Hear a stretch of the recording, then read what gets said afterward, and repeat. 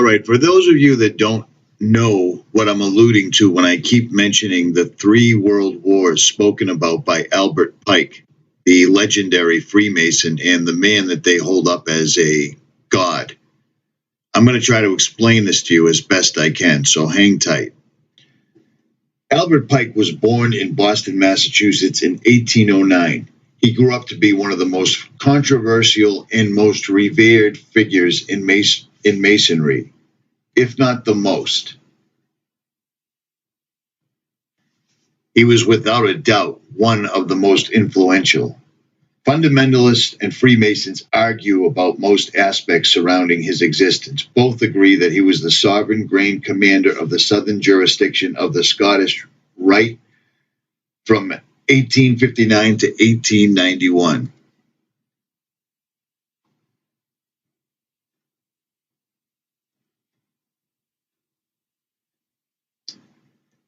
Here's a picture of him sitting there looking much like Santa Claus. Take note of the medallion around his neck. He was the only Confederate officer to have a statue of him built outside Washington, D.C.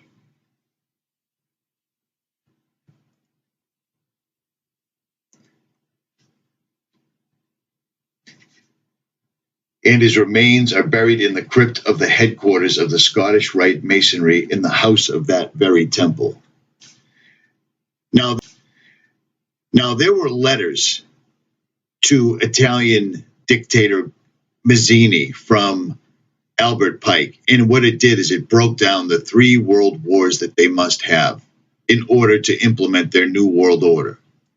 Now, a lot of people say that this is a pure hoax, but I just find it really interesting that these letters laid out basically show everything. The First World War, which started on April 6th, 1917, 100 years ago yesterday. And oddly enough, we just started Tomahawk missiling Syria on the exact same date, the 100th anniversary of the First World War. That should be a clear, concise harbinger of exactly who's running things right now and what their plans are. According to the letter, it said the First World War must be brought about in order to permit the Illuminati to overthrow the power of the Tsars in Russia and of making that country a fortress of atheistic communism. The divergences caused by the agents of the Illuminati between the British and German empires will be used to foment this war. And at the end of the war, communism will be built and used in order to destroy the other governments and in order to weaken the religions. Well, this could be a hoax letter, but that sure did happen. The Second World War, as reported in the letters from Albert Pike, said, the Second World War must be fomented by taking advantage of the differences between the fascist and the politicalist Zionists. The war must be brought about so that Nazism is destroyed and the political Zionism be strong enough to institute a foreign state of Israel in Palestine. During the Second World War, international communism must become strong enough in order to balance Christendom, which would be then restrained and held in check until the time when we need it for the final social cataclysm. Well, this is a map from 1946. This was Palestine right here in the green. In 1947, this was Palestine. From 49 to 67, this was Palestine. And today, this is even smaller right now, but this little green dot in the middle of all of this red is Palestine right now. So it appears that fomenting a Second World War and playing the Jews as the victims has made it so that nobody can question anything that Israel does for fear of being called an anti-Semite, because they always have the Holocaust to fall back upon. Do you see what I'm saying? Now, whether this letter is a hoax or not, it's been around for a long time, and this one applies to what we are seeing today. The Third World War must be fomented by taking advantage of the differences caused by the agents of the Illuminati between the political Zionists and the leaders of the Islamic world. The war must be conducted in such a way that Islam, the Muslim Arabic world, and political Zionism, the state of Israel, mutually destroy each other. Meanwhile, the other nations, once more divided on the issue, will be constrained to fight to the point of complete physical, moral, spiritual, and economical exhaustion. And this word is missing. I don't know what it means. Shall unleash the nihilist and atheist, and we shall provoke a formidable social cataclysm which, in all of its horror, will show clearly to the nations the effect of absolute atheism, origin of savagery, and most bloody turmoil.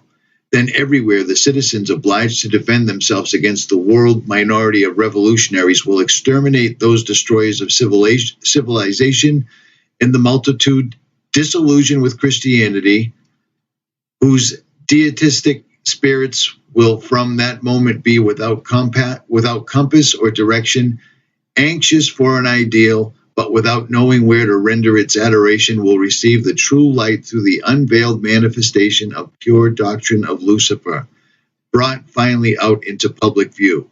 This manifestation will result from the general reactionary movement which will follow the destruction of Christianity and atheism, both conquered and exterminated at the same time.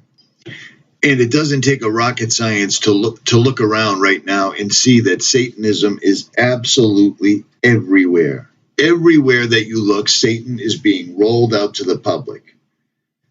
Albert Pike has laid out the blueprint that these people are following verbatim. People can still continue to bury their heads in the sand if they want, but this stuff is all around us at all times. The plans for the New World Order are taking shape and are in effect right now. You can't deny this any longer. It's happening. The people that run everything are indeed Freemasons, and even worse, many of them are up at the very top of the pyramid. Trump is one of them. At the very top, in my honest opinion, lies the Vatican, run now by Jesuits. In the last several years, we've all watched the Jesuits slowly take over everything.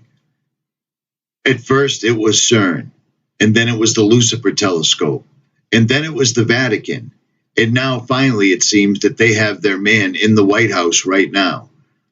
For those that have never read the Jesuit Oath, it's quite, I don't even know how to explain it. It's quite disparaging. Let's call it that.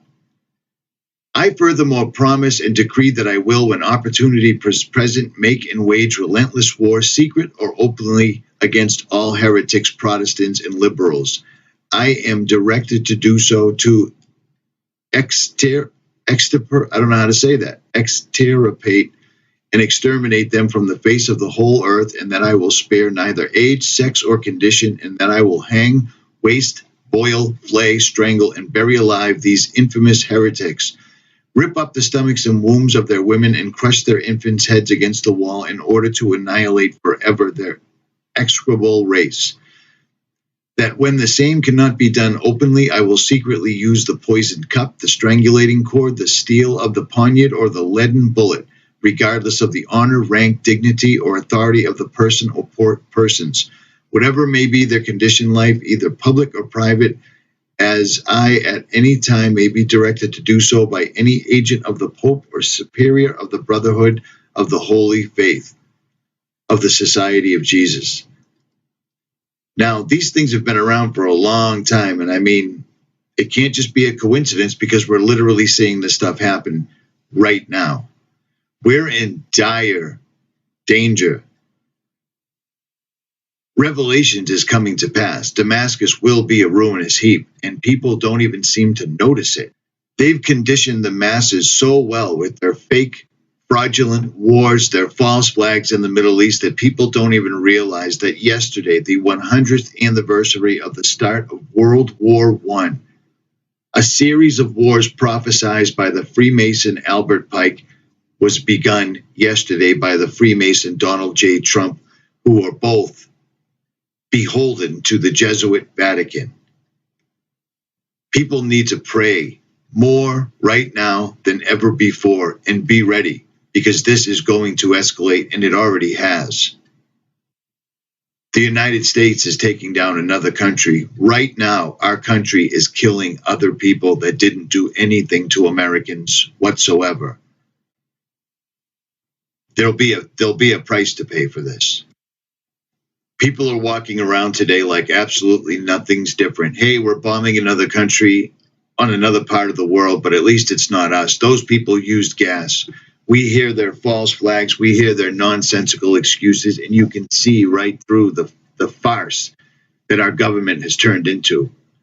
The United States is no longer a beacon of light. The United States is now a torch that burns everything in its path, in my opinion. I come from a family of war fighters. I am a veteran myself, and I'm embarrassed that this is our country. YouTube is slowly strangling the life out of anybody that dares speak up about this, and I believe that's going to continue as the war drums beat louder and louder, so people need to be prepared. Right now, I'm trying to build a website where we can go free from the restraint of YouTube and share ideas, opinions, and bug out plans, everything. I'm working on it right now. I'm trying to find a few people that can build a website rather quickly. So keep an eye out for that. And if I happen to get pulled off of YouTube, you can always find me at Twitter and sadly on Facebook, as well as 𝗏𝗵𝗿. I'll leave links in the description for all of them like I did yesterday, but it's speeding up right now, and we're going to have to look for alternatives, and it might even be too late for that. A lot of people are curious if these are even solid. Like, are these safe? Nothing's safe. They have infiltrated every single type of social media, everything that there is. They're taking it down. If they don't own it now, they will own it. They know us. They've been following us for a long time. We had inadvertently gave them all the information that they could ever want. So what's the difference now at this point? In my opinion, I could be totally wrong, but if you carry a phone, they know who you are. They definitely know who I am. They've made themselves known on more than one occasion. At any rate, Richie from Boston, like, share, subscribe, or don't. I'm out.